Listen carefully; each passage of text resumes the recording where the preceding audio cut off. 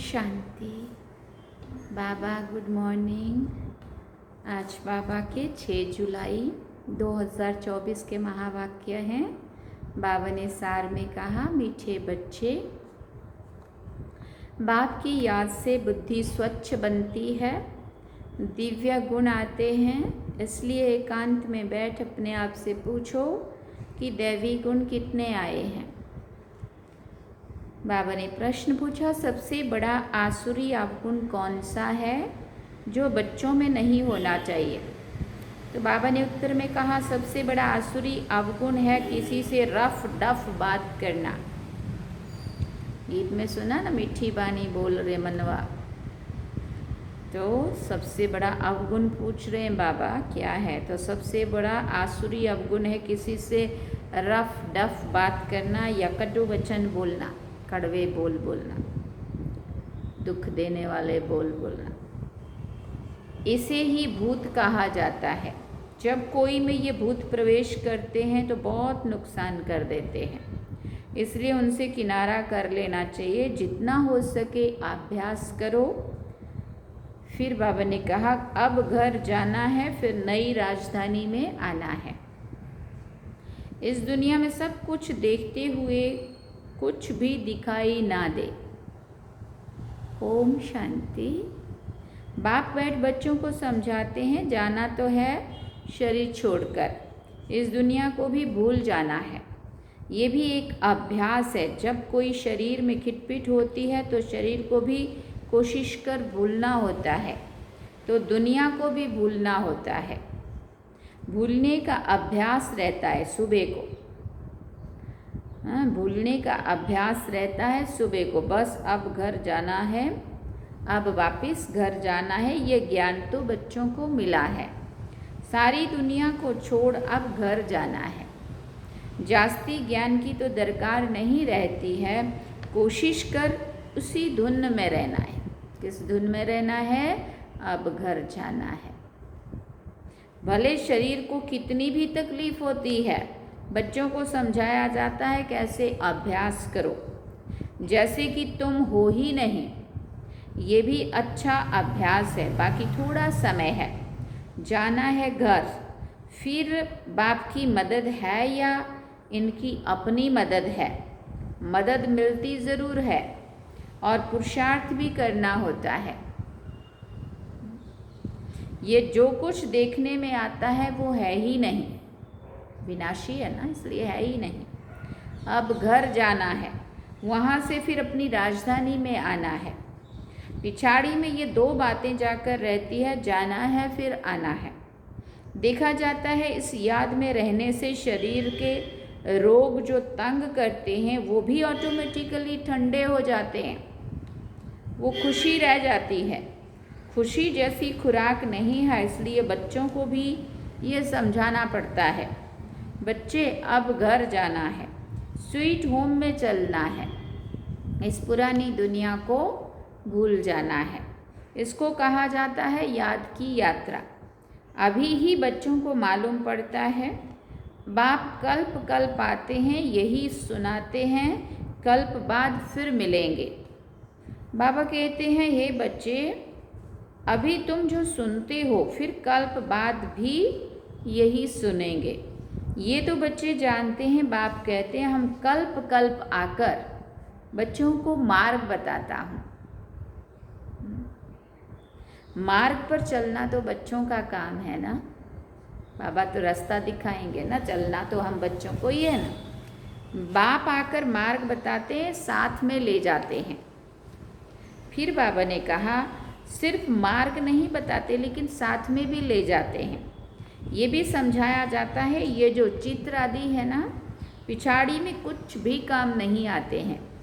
बाप ने अपना परिचय दे दिया है, बच्चे समझ जाते हैं बाप का वर्षा बेहद की बादशाही है। जो कल मंदिरों में जाते थे, महिमा गाते थे, इन बच्चों की मतलब इन लक्ष्मी नारायण की। बाबा तो इन्हों को भी बच्चे बच्चे ही कहेंगे ना, क्योंकि बाबा के तो ये भी बच्चे ही है ना। जो उन्हों के ऊंच बनने की महिमा गाते थे, अब फिर ऊंच बनने का पुरुषार्थ करते हैं। शिव बाबा के लिए नई बात नहीं है, तुम बच्चों के लिए नई बात है। युद्ध के मैदान में तो बच्चे हैं, संकल्प विकल्प भी इन्हें तंग करेंगे। ये खांसी भी इनके कर्म का हिसाब किताब है, इनको भोगना है। देखो बाबा कितना न्यारा प्यारा हो जाता है, क्योंकि कर्मों का हिसाब तो हर एक का अपना अपना है और हमें खुद भोगना है। बाबा कहते बाबा तो मौज में है, इनको कर्मातीत बनना है। बाप तो है ही सदा कर्मातीत अवस्था में। हम तुम बच्चों को माया के तूफान आदि, हाँ तुम बच्चों को माया के तूफान आदि भी कर्म भोग भी आएंगे, ये समझाना चाहिए। बाप तो रास्ता बताते, बच्चों को सब कुछ समझाते। इस रथ को कुछ होता है तो तुमको फीलिंग आएगी कि दादा को कुछ हुआ है। फिर बाबा कहते बाबा को कुछ नहीं होता है, इनको होता है, क्योंकि रथ तो इनका है ना, तो शिव बाबा को थोड़ी कुछ होगा। हाँ जो भी कुछ होता है हिसाब किताब जो आता है शरीर का, बाबा कहते इनको होता है। ज्ञान मार्ग में अंधश्रद्धा की बात नहीं होती है। बाप समझाते मैं किस तन में आता हूँ, बहुत जन्मों के अंत के पतित तन में मैं प्रवेश करता हूँ। दादा भी समझते हैं जैसे और बच्चे हैं वैसे मैं भी हूँ। दादा भी पुरुषार्थी है, संपूर्ण नहीं है। तुम सब प्रजापिता ब्रह्मा के बच्चे ब्राह्मण पुरुषार्थ करते हो विष्णु पद पाने के लिए। लक्ष्मी नारायण कहो विष्णु कहो, बात एक ही है। बाप ने समझाया भी है, आगे नहीं समझते थे, ना ब्रह्मा विष्णु शंकर को और ना ही अपने आप को समझते थे। अभी तो बाप को ब्रह्मा विष्णु शंकर को देखने से बुद्धि में आता है कि ये ब्रह्मा तपस्या करते हैं। ये सफ़ेद ड्रेस है, कर्मातीत अवस्था भी यहाँ ही होती है। इन एडवांस तुमको साक्षात्कार होता है, ये बाबा फरिश्ता बनेंगे। तुम भी जानते हो हम कर्मातीत अवस्था को पाकर फरिश्ता बनेंगे नंबरवार। जब तुम फरिश्ते बनते हो तब समझते हो कि अब लड़ाई लगेगी। बाबा ने कहा मिरुआ मौत मलुक का शिकार, ये बहुत ऊंच अवस्था है। बच्चों को धारण करनी है, ये भी निश्चय है कि हम चक्कर लगाते हैं और कोई इन बातों को समझ ना सके। ज्ञान नया ज्ञान है और फिर पावन बनने के लिए बाप याद सिखाते हैं। ये भी समझते हो बाप से वर्षा मिलता है। कल्प कल्प बाप के बच्चे बनते हैं। 84 का चक्र भी लगाया है। कोई को भी तुम समझाओ कि तुम आत्मा हो, परमपिता परमात्मा बाप है। अब बाप को याद करो, आत्मा का परिचय दो, परमात्मा का परिचय दो और फिर उनको समझाओ कि अब ऐसे बाबा को याद करो। तो उनकी बुद्धि में आएगा दैवी प्रिंस बनना है तो इतना पुरुषार्थ करना है, विकार आदि सब छोड़ देना है। बाबा समझाते हैं भाई बहन भी नहीं, भाई भाई समझो और बाप को याद करो तो विक्रम विनाश होंगे और कोई तकलीफ नहीं है। पिछाड़ी में और कोई बातों की दरकार नहीं पड़ेगी। सिर्फ बाप को याद करना है, आस्तिक बनना है, ऐसा सर्वगुण संपन्न बनना है। लक्ष्मी नारायण का चित्र बड़ा एक्यूरेट है। सिर्फ बाप को भूल जाने से दैवी गुण धारण करना भी भूल जाते हैं। बच्चे एकांत में बैठकर विचार करो। क्या विचार करो? बाबा को याद करके हमको ये बनना है। ये विचार करना है कि हम बाबा को याद करेंगे तो ये माना लक्ष्मी नारायण जैसा बनना है, ये गुण धारण करना है। बात तो बहुत छोटी है, बच्चों को कितनी मेहनत करनी पड़ती है, कितना दे अभिमान आ जाता है। बाबा कहते हैं देही अभिमानी भव, बाप से ही वर्षा लेना है। बाप को याद करेंगे तो तभी तो किचड़ा निकलेगा ना। बाप बच्चे जानते हैं अभी बाबा आया हुआ है, ब्रह्मा द्वारा नई दुनिया की स्थापना करते हैं। तुम बच्चे जानते हो अभी स्थापना हो रही है। इतनी सहज बात भी तुमसे खिसक जाती है, मतलब भूल जाती है। एक अलफ है, बेहद के बाप से बादशाही मिलती है। बाप को याद करने से नई दुनिया याद आ जाती है। अबलाएं कुब्जाएं भी बहुत अच्छा पद पा सकती हैं। सिर्फ अपने को आत्मा समझ बाप को याद करो। बाप ने तो रास्ता बताया है, कहते हैं अपने को आत्मा निश्चय करो। बाप की पहचान तो मिली, बुद्धि में बैठ जाता है। अब 84 जन्म पूरे हुए, घर जाएंगे, फिर आकर स्वर्ग में पार्ट बजाएंगे। ये प्रश्न नहीं उठता है कि कहाँ याद करूं, कैसे याद करूं। बुद्धि में है कि बाप को याद करना है। बाप कहाँ भी जाए तुम तो उनके ही बच्चे हो ना। फिर बाबा ने कहा बेहद के बाप को याद करना, यहाँ बैठे हो तो भी तुमको आनंद आता है। सन्मुख बाप से मिलते हैं। मनुष्य मूंझ जाते हैं कि शिव बाबा की जयंती कैसे होगी। ये भी समझते नहीं है कि शिवरात्रि क्यों कहा जाता है। श्री कृष्ण के लिए समझते हैं ना, रात को जयंती होती है, परंतु इस रात्रि की बात नहीं है। वो आधा कल्प की रात पूरी होती है, फिर बाप को आना पड़ता है। नई दुनिया की स्थापना करने है बहुत सहज। बच्चे खुद समझते हैं सहज है। दैवी गुण धारण भी करने हैं, नहीं तो 100 गुना पाप हो जाता है। मेरी निंदा कराने वाले ऊंच ठौर पा नहीं सकेंगे। बाप की निंदा कराएंगे तो पद भी भ्रष्ट हो जाएगा। बहुत मीठा बनना चाहिए। रफ डफ बात करना ये दैवी गुण नहीं है। कितनी डिससर्विस होती है। समझना चाहिए ये आसुरी अवगुण है। प्यार से समझाना होता है, ये तुम्हारा दैवी गुण नहीं है। ये भी बच्चे जानते हैं। अभी कलयुग पूरा होता है, ये है संगम युग। मनुष्यों को तो कुछ भी पता नहीं है। कुंभकर्ण की नींद में सोए पड़े हैं। समझते हैं 40,000 वर्ष पड़े हैं। हम जीते रहेंगे, सुख भोगते रहेंगे। ये नहीं समझते हैं कि दिन प्रतिदिन और ही तमो प्रधान बनते हैं। तुम बच्चों ने विनाश का साक्षात्कार भी किया है। आगे चलकर ब्रह्मा का, श्री कृष्ण का भी साक्षात्कार करते रहेंगे। ब्रह्मा के पास जाने से तुम स्वर्ग का ऐसा प्रिंस बनेंगे, इसलिए अक्सर करके ब्रह्मा और श्री कृष्ण दोनों के साक्षात्कार होते हैं। शुरू में जब बड़े दादी सुनाते थे अपना अनुभव कि दादी जब पहली बारी बाबा को मिलने गए थे तो दादी श्री कृष्ण को बहुत मानते थे। तो जैसे ही ब्रह्मा बाबा देखे तो बाबा नहीं दिखे, बाबा छुप गए और बाबा की जगह श्री कृष्ण दिखा। तो दादी कहते मैं दौड़ के पकड़ने लगी श्री कृष्ण को, और जैसे ही उनके पास पहुँचूँ पकड़ूँ तब तक तो ब्रह्मा बाबा खड़े मुस्कुरा रहे। तो फिर मैं तो बोले पीछे हट गई, और पीछे हटी, दूर हटी, बोले ये तो कोई दादा है, ये तो ब्रह्म श्री कृष्ण नहीं है। जब पीछे हट गई तो फिर ब्रह्मा बाबा आ गए वहीं पे। मैंने बाबा ही कृष्ण है, कृष्ण ही बाबा है, ऐसा बाबा अनुभव करा रहे थे शिव बाबा ब्रह्मा बाबा के द्वारा उन्हों को साक्षात्कार।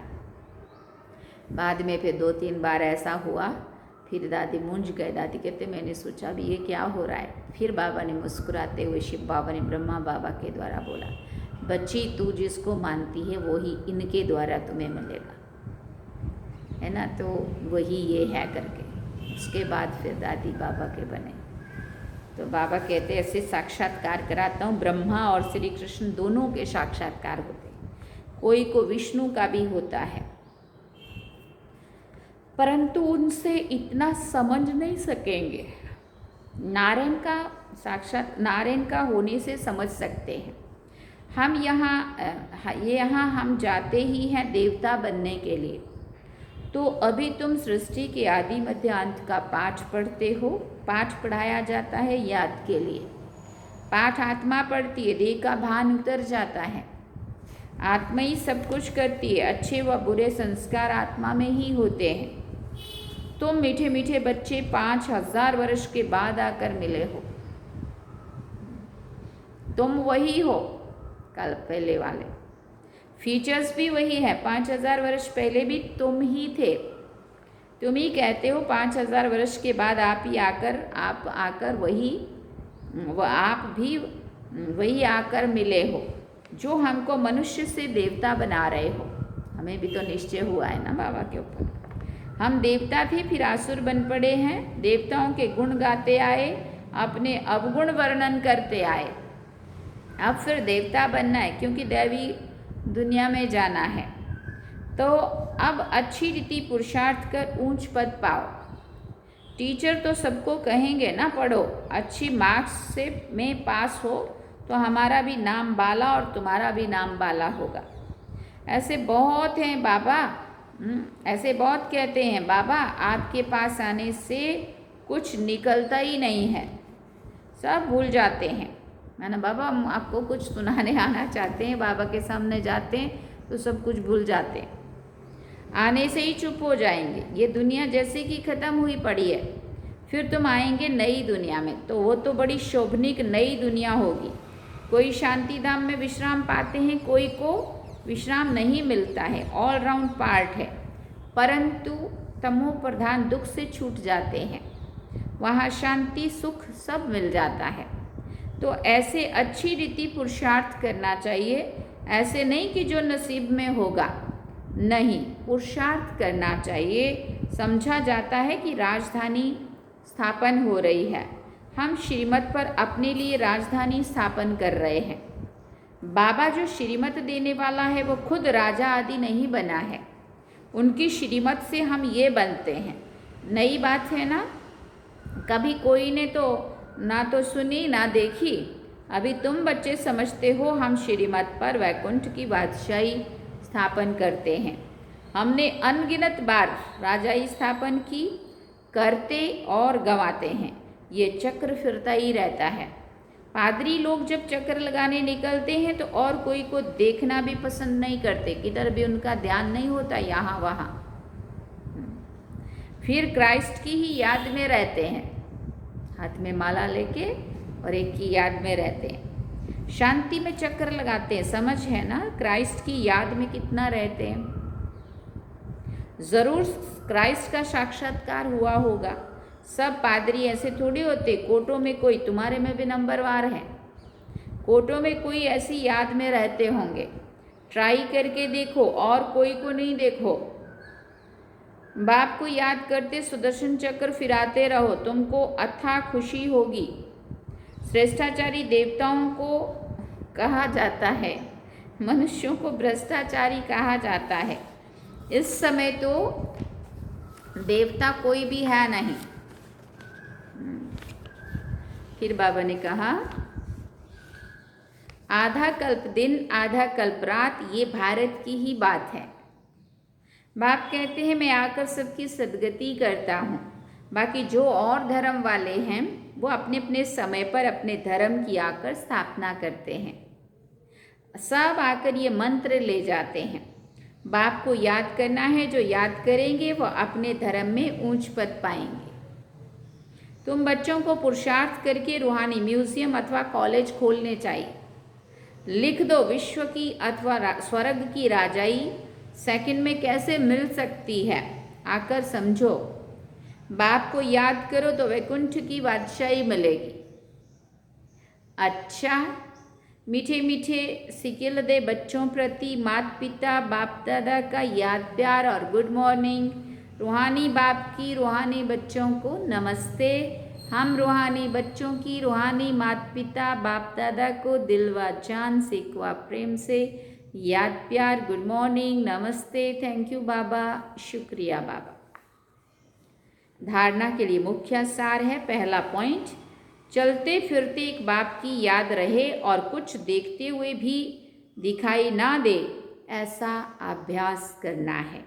एकांत में अपनी जांच करनी है कि हमारे में दैवी गुण कहाँ तक आए हैं। दूसरी बात, ऐसा कोई कर्तव्य नहीं करना है जिससे बाप की निंदा हो।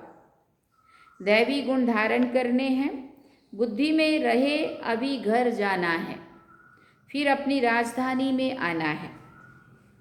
वरदान में बाबा ने कहा, सेवाओं में शुभ भावना की एडिशन द्वारा शक्तिशाली फल प्राप्त करने वाले सफलता मूर्त भव। जो भी सेवा करते हो उसमें सर्व आत्माओं के सहयोग की भावना हो, खुशी की भावना व सद्भावना हो तो हर कार्य सहज सफल होगा। जैसे पहले ज़माने में कोई कार्य करने जाते थे तो सारे परिवार का आशीर्वाद लेकर जाते थे, तो वर्तमान सेवाओं में ये एडिशन चाहिए। कोई भी कार्य शुरू करने के पहले सभी की शुभ भावनाएं, शुभकामनाएं लो। सर्व की संतुष्टता का बल भरो, तब शक्तिशाली फल निकलेगा। स्लोगन में बाबा ने कहा, जैसे बाप जी हाजिर कहते हैं वैसे आप भी सेवा में जी हाजिर जी हजूर करो तो पुण्य जमा हो जाएगा। जैसे बाप जी हाजिर कहते हैं वैसे आप भी सेवा में जी हाजिर जी हजूर करो तो पुण्य जमा हो जाएगा। अच्छा, ओम शांति। सार में बाबा ने कहा, मीठे बच्चे, बाप की याद से बुद्धि स्वच्छ बनती है, दिव्य गुण आते हैं। इसलिए एकांत में बैठ अपने आप से पूछो, क्या पूछो कि दैवी गुण कितने आए हैं। ओम शांति। तो ये थे बाबा के आज के महावाक्य जो हम सभी ने सुने। अब हम चलते हैं बाबा की याद में। चलिए।